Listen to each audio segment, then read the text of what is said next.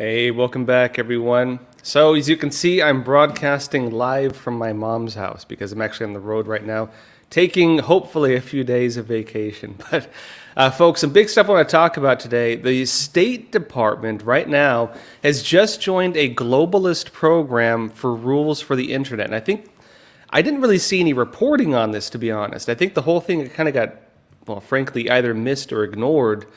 I want to go into what's happening with you because this is actually a lot bigger than just even what's on the surface right here. This ties into moves that were happening way back in 2014 and actually earlier, where the United Nations, they have an organization I'll be going into and detailing that has been trying to gain control of the internet. Obama basically cleared the way for them to be able to do that. The big concern now is that the Chinese Communist Party could essentially create the global rules for the internet. And that ties into what's happening right now and just happened, which is the State Department taking moves on this. Notably, what the State Department has done is in a way conflicting with what the Chinese Communist Party wants to do. And so it's a little more complicated. Folks, I'm going to explain to you exactly what's happening because frankly, I don't think I haven't seen any reporting on it, frankly. And so I'm going to explain to you the deeper context of what's taking place right now, why it matters, and what it means for the internet. This is going to be something that ties into, well, frankly, the future of how the internet works, the future of how information is governed. This ties into things they're even saying openly to manage what they claim is disinformation. And it's going to be a global program, and the State Department has already signed it. So I'm going to show you all this, folks. As well, we're going to go into a few things. How the U.S. government is advancing programs to end online anonymity, meaning that your identity online will no longer be hidden. The days of being anonymous on the internet may soon come to a close. And also, the World Economic Forum, as you may imagine, is also having some involvement with this, and they're pushing for digital identities and really a whole system of digital citizenship, digital global citizenship outside of government. A lot going on today, and a lot of stuff I don't think I've seen really people talking about. So it's going to be an interesting episode. All right, folks, that said, those of you on YouTube, on Rumble, we will jump over exclusively to Epic TV after about 25-ish minutes. So again, if you're not on Epic TV yet, come join us. I do an hour-and-a-half show, and it's always good conversations there. I do a live Q&A there. All right, folks, that said, let's jump into the first story for the day. I'm going to start by showing you some of what's happening right now. I got two clips here for you of what the State Department is talking about. Now, this is YouTube.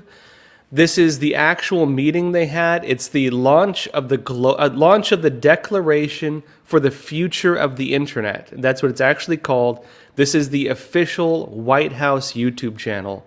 I'm going to pull this up and I'll show you a couple clips of this, folks. This is what the State Department is talking about, and this is them during their official meeting where they officially announced this on the White House channel, and they have with them all these different global leaders.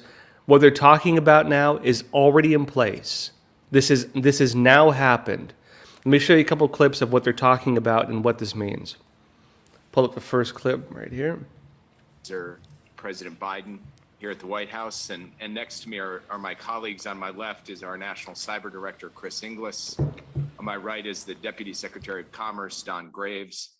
And around the table are esteemed guests here, ministers and ambassadors from some of the countries that are endorsing the declaration today. It's a genuine honor and I think a very important moment for us to come together today with representatives from 60 countries to affirm our vision for the future of the internet, one that renews the promise of the internet as a tool of human expression, of innovation, and of economic opportunities. This is a promise that stems from the very design of the internet, that is a single interconnected communication system for all of humanity. And we continue to see the enormous promise that the internet presents, as illustrated, frankly, by the format of this meeting, that we can connect with all of you across the world. But we also have to be clear-eyed about the challenges. Every day we see headlines on digital tools being used to repress freedom of expression, to deny other fundamental human rights and fundamental freedoms. And we face every day a rising tide of disinformation that sows division and conflict and hate around the world. It's no secret that the internet and its future has become a key part of the battle for democratic principles and democratic progress, and to push back against democratic backsliding around the world. Creating global rules for the internet, a globalized single standard to govern the internet, and it ties into eliminating disinformation and hate from the internet. Now, how do you define this? Are they talking about, Antifa burning down buildings? Are they talking about the pro-life activist who exposed how interestingly Planned Parenthood has been dismembering unborn infants, exposed the videos on it, and recently had a bomb placed in his mailbox, which you may not have heard about? Are they talking about that, or are they talking about people, say, defending capitalism, or people talking about the free markets, or people talking about human rights? Frankly, the way that these things are often framed are the opposite. And the big concern now is that while they're talking about fighting disinformation, in reality, the folks who've been, constantly making noise about disinformation have ironically been some of the greatest sources of disinformation. You can look at the entire history of how COVID-19 played out as a great example of that. The people who are telling you, 2 weeks to slow the spread, your mask will stop the virus, 100% safety if you get vaccinated. Everything they've said so far has been a lie. That has been pure disinformation. Are they talking about that? I seriously doubt it. What they're talking about instead is disinformation as it's being interpreted for political use. And that is one of the big concerns around this. And when they talk about hate, they're not talking about real hate. They're talking about things that oppose their agendas, that oppose the systems they're trying to push. And that's unfortunately the deeper context of these words that we interpret one way, but they're really being implied another way. Now, there's a lot more to this, so I don't want to go too far with this, but let me show you another clip, and then I'm going to explain a bit more of what's going on with this.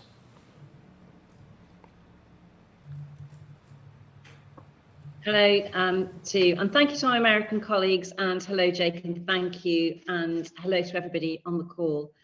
When the internet was invented back in the late 1980s, it was built on some core founding principles, which were egalitarianism, openness, and the idea that every individual from across the world can be interconnected with one another.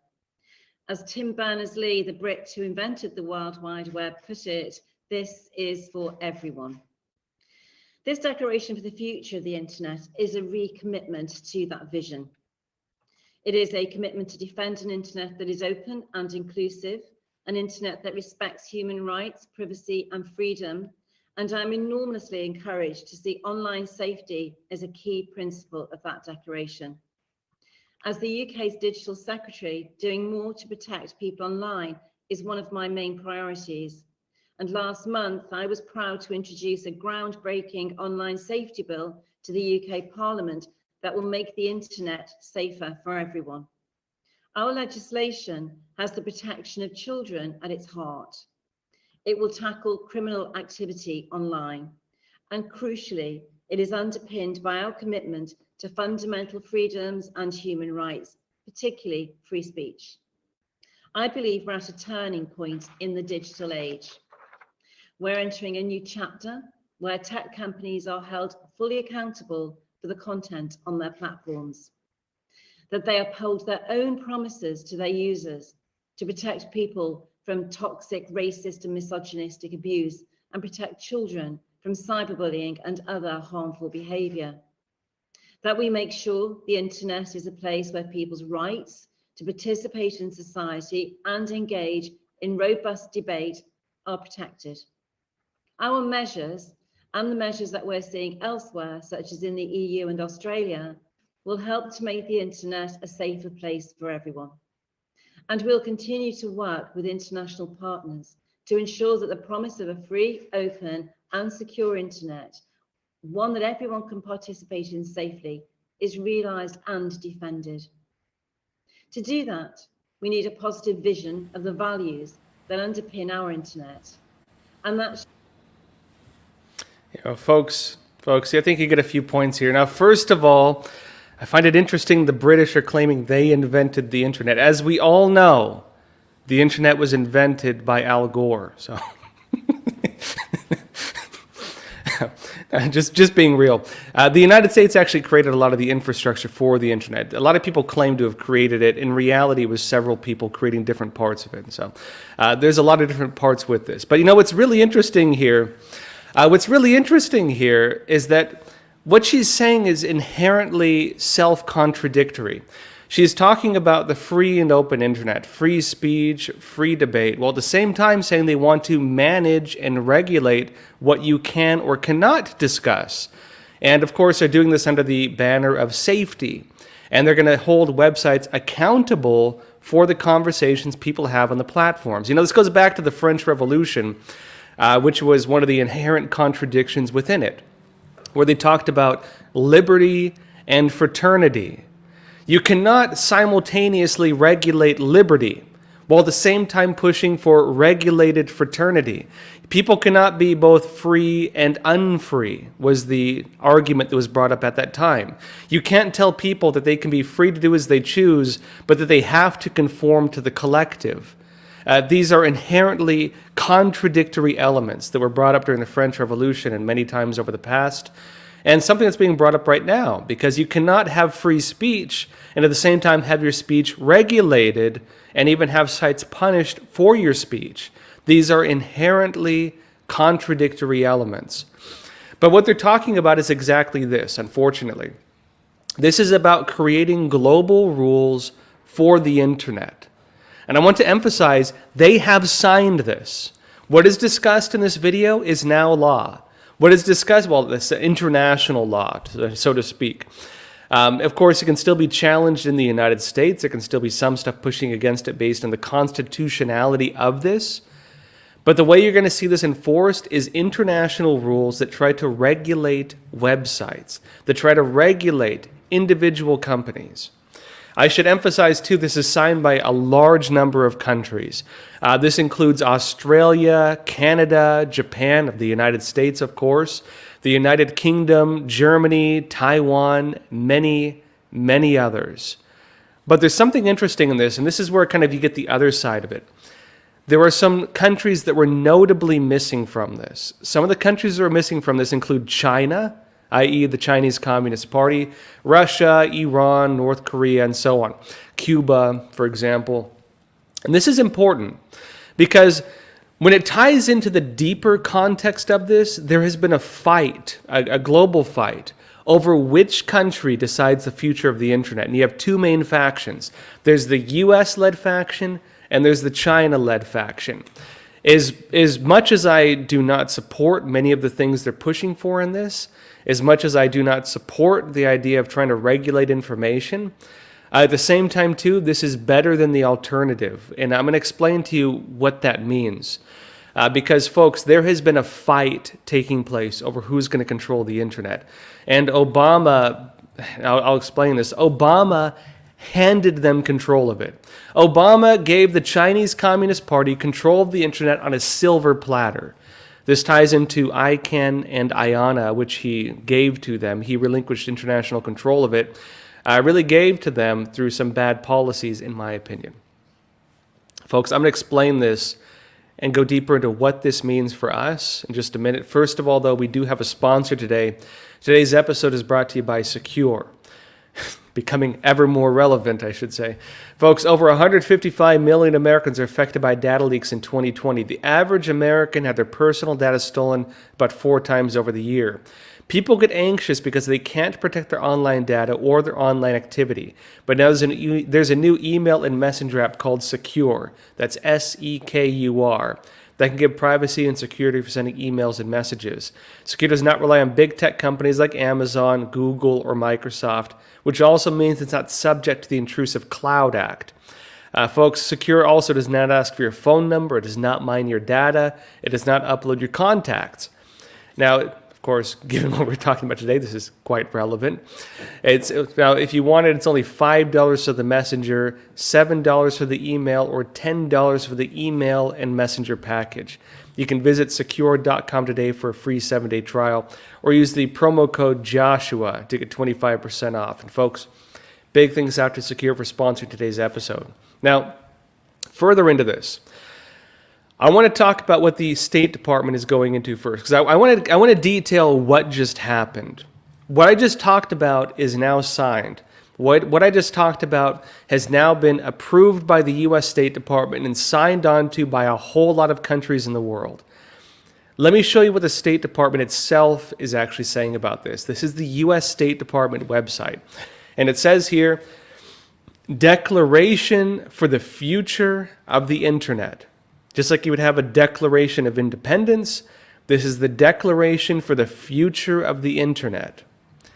And it says this: the Internet has been revolutionary. It provides unprecedented opportunities for people around the world to connect and to express themselves, and continues to transform the global economy, enabling economic opportunities for billions of people. Yet, it also created serious policy challenges. Globally, we are witnessing a trend of rising digital authoritarianism, where some states act to repress freedom of expression, censor independent news sites, interfere with elections, promote disinformation, and deny their citizens other rights. Now, briefly on this, so many of us in the United States would note that maybe the United States has become unfortunately guilty of some of this. Including, for example, repressing freedom of expression, including, for example, censoring independent news sites. Look at what just happened to InfoWars and a few others. Of course, this is being done through external means. The problem you're getting to now, though, is that there are worse forms of it, without a doubt. What the Chinese Communist Party does is significantly worse than what the United States is doing. What is being done in communist Cuba or under the communist regime in North Korea, which barely has the internet at all, is significantly worse, given this. And what they're talking about here, while they're talking about the values that underpin the nature of the internet, at the same time they're pushing for policies that would actually in some ways undermine that, while at the same time try to protect them from the more, let's say, the greater evils. What you're looking at now is the lesser evil of these types of programs. Let me get into it a bit more. Now, continuing with this, it states, at the same time, millions of people still face barriers to access and cybersecurity risks, and threats undermine the trust and reliability of networks. I should emphasize, folks, and this ties into what's happening here. When they talk about cybersecurity, when they talk about the fact that people can't access the internet, when they talk about risks and threats on the internet, one of the big problems you've always had is that most cybersecurity is provided by private companies. If, for example, the government were to intervene and, let's say, help ensure cybersecurity, that would by its very nature mean that there's no longer privacy on the internet to a good degree. That would by its very nature begin eliminating some of the basic freedoms you have on the internet.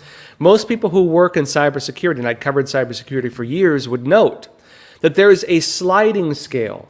And it's a sliding scale between government involvement in the internet and internet security. The more government involvement you have, the more secure the internet's going to be.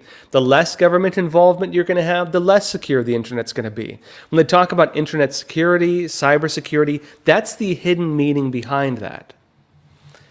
And that's what they're talking about doing right now, is international government involvement in the internet, which they can frame as cybersecurity or eliminating online threats or promoting safety and making it a child-safe internet. These are the buzzwords they're going to use for this, with much deeper implications. From the same folks promoting, drag queen story hour for your kids and mastectomies for girls and chemical castration for boys. They want to protect your kids. Now, folks, it says today the United States with more than 60 partners, and this is what has now happened. The United States with more than 60 partners around the globe launched the Declaration for the Future of the Internet. The declaration represents a political commitment among declaration partners to advance a positive vision for the Internet and global technologies. The declaration's principles include commitments to, and this includes, they say, protect human rights and fundamental freedoms of all people, promote a global internet that advances the free flow of information, advance inclusive and affordable connectivity so that all people can benefit from the digital economy, promote trust in the global digital ecosystem, including through protection of privacy, and protect and strengthen the multi-stakeholder approach to governance that keeps the internet running for the benefit of all. Now, I'm going to explain what that means. Multi-stakeholder approach in this case is actually different as well from what Klaus Schwab and the World Economic Forum are talking about. This ties into the traditional, or as far as the internet goes in terms of tradition, the traditional way the internet has been governed. When they talk about multi-stakeholder, this means essentially the public-private systems that, in a really non-governed way to some extent, control the infrastructures that underpin the internet. The alternative to that is actually what China and Russia are pushing for, which is a single authority to manage the internet. So there's a bit more meaning to this. Now, it looks, there's some parts of this that look pretty good, I'll admit, right? I'm not saying this whole thing's bad, but there are some parts that are of deep concern. And I'm going to show you the actual document now that details the more technical elements of this. I went through the whole document for you all. There's some stuff that really does suggest that this has a really woke agenda with it. And let me show you the actual document now that is the official declaration, and it really has the detailed notes on what this actually will do. Now, further in, it states this: technology is used to promote pluralism and freedom of expression, sustainability, inclusive economic growth, and the fight against global climate change. Now, what does managing the internet have to do with fighting climate change? Who knows? The way that's often interpreted is they want to manage, what they claim is disinformation that would oppose climate change and the climate change agenda. That is often the way it's being, often the way it's being talked about when it comes to the management of the internet. But it says further in, to reaffirm our commitment that actions taken by governments, authorities, and digital services include online platforms. You get that? They are through this reaffirming their commitment to take action on the level of government from authorities. Maybe, I don't know, authorities are different from government. Maybe they mean government authorities, but I don't know why they'd state that twice if they say government. Maybe they're talking about third-party authorities like Google or Facebook. It's unclear what the meaning of this is. And they're saying, and digital services, including online platforms. Presumably that would be actually the Google and Facebook part. To reduce what they claim is illegal and harmful content and activities. Now, this is an important point here because there's illegal activity. There's things you do on the internet that violate the law. We can talk about human trafficking. We can talk about drug trafficking. We can talk about those types of things. Illegal activity has other implications when you're talking about the 60 global partners. If you're in Australia, for example, it's illegal to, for example, spread information about COVID-19 that goes against government agendas. It's illegal in some countries to, for example, spread memes, funny pictures that they deem are hateful or offensive. In some countries like the United Kingdom, you might have the government knocking on your door if you, for example, share a post or even like on Facebook an internet post that they claim promotes hate or misogyny or anything else. Illegal in this case has many other implications that don't necessarily tie into what we would normally call, criminal content, which would be, again, drug trafficking, human trafficking, things that actually physically harm people. When they talk about illegal, this has other implications. But the important part with this is they're actually going beyond what is illegal. They're talking about managing things that are not illegal. And if the government wants to get involved in trying to manage online content that it notes is not illegal, but they want to get their hands in it, this raises the question of jurisdiction. This raises the question of whether the government has the authority to manage legal content. Since when has the government been able to enforce laws to restrict legal activity? That is not the realm of government. That is not the role of government. That is not something that its authority has ever encompassed. But that's what they're talking about with this. They are talking about this. And what they're saying is, in addition to illegal content, they're saying to reduce harmful content and, quote, activities online that they say that they need to be consistent with international human rights law, which is actually maybe good. We'll get into it. But remember, international human rights has other implications in other countries, such as, for example, Australia or the UK, which would restrict certain types of online discussions if they're deemed hateful. That is being done under the false banner of human rights. In the United States, for example, opposing the trans movement could be something they describe as protecting human rights. If you oppose, again, the forced castration of children, they could say that you're violating the online internet, the online rules that protect human rights, because they say that kids getting chemically castrated is a human right. This is the kind of deeper implication of what they're talking about, where the surface words may be good in some cases, but have other implications that really suggest something entirely different. And it says, including the right to freedom of expression, but there's a caveat to it, because I like freedom of expression, including the right to freedom of expression while encouraging the diversity of opinion and pluralism without the fear of censorship, harassment, or intimidation. And here again, you have the problem, folks, of inherently contradictory wording. You cannot have an environment free of censorship while simultaneously having an environment that protects people from what they claim as harassment and intimidation. Because harassment and intimidation is being interpreted very broadly these days. Harassment and intimidation could be, again, for example, people who... I'll give you one clear example of this. Right now, the American Medical Association is calling for the arrest of journalists. They're calling for the government, the FBI, to begin targeting journalists who are spreading information that exposes their activities, including, for example, what they're doing to kids. A lot of this is around the controversy Matt Walsh from Daily Wire started with his documentary, What is a Woman? And his later work, which has been coming out more recently, where he's exposing hospitals and their financial agenda behind the trans movement. Now, while he's exposing these things, there have been people who've threatened some of these doctors. There have been people who have, for example, written very angry emails to these doctors. And they're claiming that not just the threats of violence, but even what they claim as harassment, i.e. people who see there's a financial agenda behind what they're pushing for with the trans movement and opposing that. They're claiming the FBI should step in not just to regulate the threats, but to regulate people who are unhappy with what they're doing. And when you talk about eliminating and managing harassment, that's what this implies. Now, I am for example, trying to stop people from making death threats. I don't think people should make death threats on the internet. I don't think people should threaten people like that. I've personally been threatened. I know what it's like.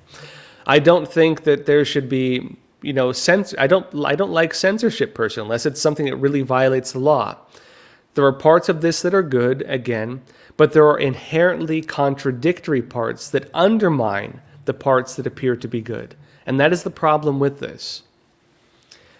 I'll detail a bit more, right? In addition to that, it says refrain from misusing or abusing the internet or algorithmic tools or techniques for unlawful surveillance, oppression, and repression that do not align with international human rights principles, including developing social scorecards or other mechanisms of domestic social control or pre-crime detention and arrest. Now, personally, I think this is fantastic. I'm not saying the whole thing is bad. This part is important. And if they actually do uphold this, this is something that's really good, in my opinion. What they're talking about here is restricting any government, or at least having 60 governments on the side of this, restricting the ability of a social credit system, because what they're talking about is eliminating unlawful surveillance, oppression, and other things that include the development of social scorecards, i.e. a social credit system, or other mechanisms of domestic social control or pre-crime detention and arrest. Because even in the United States right now, you do have pre-crime systems being developed. This is the next step of law enforcement, where they're saying that you pose a threat and they're going to arrest you before you can do something they believe may be harmful. One of the reasons why, ahead of the recent Party Congress in China, I'll go into what's happened with that tomorrow, because there's a lot to go into. Xi Jinping just got his third term, folks. I'll detail that tomorrow again, as well as some what's happening with Russia and the nuclear threats, because they're saying that there's going to be a dirty bomb attack in Ukraine, and they're blaming Ukraine for it. I'll detail this tomorrow. But on this note, they do have pre-crime. One of the important parts with this new declaration for the internet freedom they're claiming is that it will restrict that, supposedly. And if this eliminates the ability of companies to do stuff like this, all power to them, frankly. But there's some bad parts to this also. I'm going to go deeper into this, folks, but I'm going to, for the rest of this, I'm going to cut exclusively to Epic TV because, frankly, we have to deal with censorship there. Speaking of online censorship, folks, let's jump over exclusively to Epic TV for the rest of this. I want to detail what's happening with this, and then I want to go into some of the history, because I don't think anybody knows about the history of this. The United Nations has been trying to gain control of the internet. And it's part of a branch of the United Nations that's being led by the Chinese Communist Party. From individuals who have clearly stated their intention of using the internet globally to enforce the Chinese Communist Party's systems.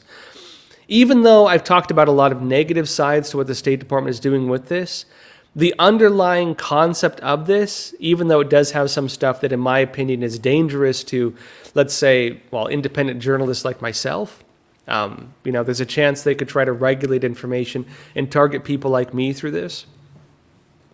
There are some other parts that protect you from things like the social credit system, from online digital scorecards and identities, and from really a lot of the really, really bad stuff that the Chinese Communist Party and other countries and organizations like the World Economic Forum are trying to create. And so even though there's a lot of bad stuff, in my opinion, there's also some pretty important stuff. It's a mixed bag. I'm going to explain to you a bit more of this, then go into the history and explain to you the government systems that are fighting over this right now. There's a hidden battle taking place behind all of this. All right, folks, that said, let's jump over exclusively to Epic TV. Before we jump over, I recently had an interview with Alex Newman about how Obama holdovers in the U.S. government are what are allowing the Chinese Communist Party to have law enforcement operations on American soil. You remember we talked about how the Chinese Communist Party has built a police station in New York City? Well, I've been trying to find out what's going on behind this. Obama holdovers in the government are some of the key figures who have allowed this to take place, according to Alex Newman. Let me show you a trailer of that we'll jump over.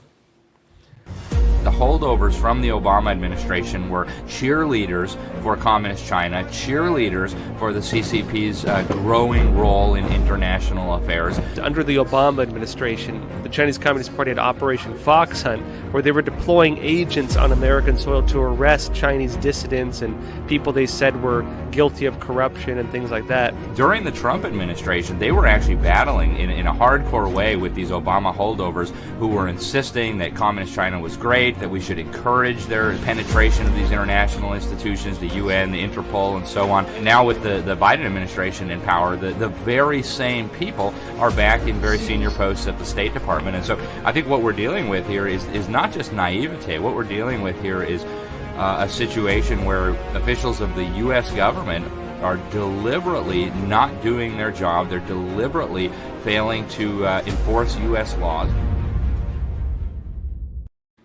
Yeah, folks, again, that's exclusively on Epic TV, and it's an important episode. Be sure to check it out. That said, folks, again, I'm doing something crazy. I'm taking a vacation for a couple days. I will still have my episodes today, tomorrow, and the next day. So normal schedule for the episodes, but I'm going to take a bit of time to go have fun for once. So I'm actually in California right now at my mom's house and going to be traveling a bit. So, all right, folks. Anyways, it will not affect the episode. So again, tune in tomorrow. Where again, I'm going to go into what's happening with Russia, talking about how they're claiming there's going to be a dirty bomb attack in Ukraine. I'm going to detail that. I also want to go into what's happening with Xi Jinping and the Chinese Communist Party, and what just happened with Xi Jinping, for example, having Hu Jintao escorted out. What just happened, for example, with Xi Jinping getting a third term, unprecedented. I'll be detailing all this tomorrow. But that said, folks, we still have an hour left today.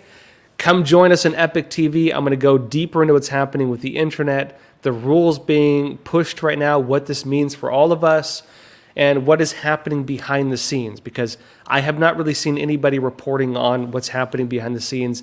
I've been reporting on it since 2014. Folks, I will see you on Epic TV. Come join us there now. We'll jump over.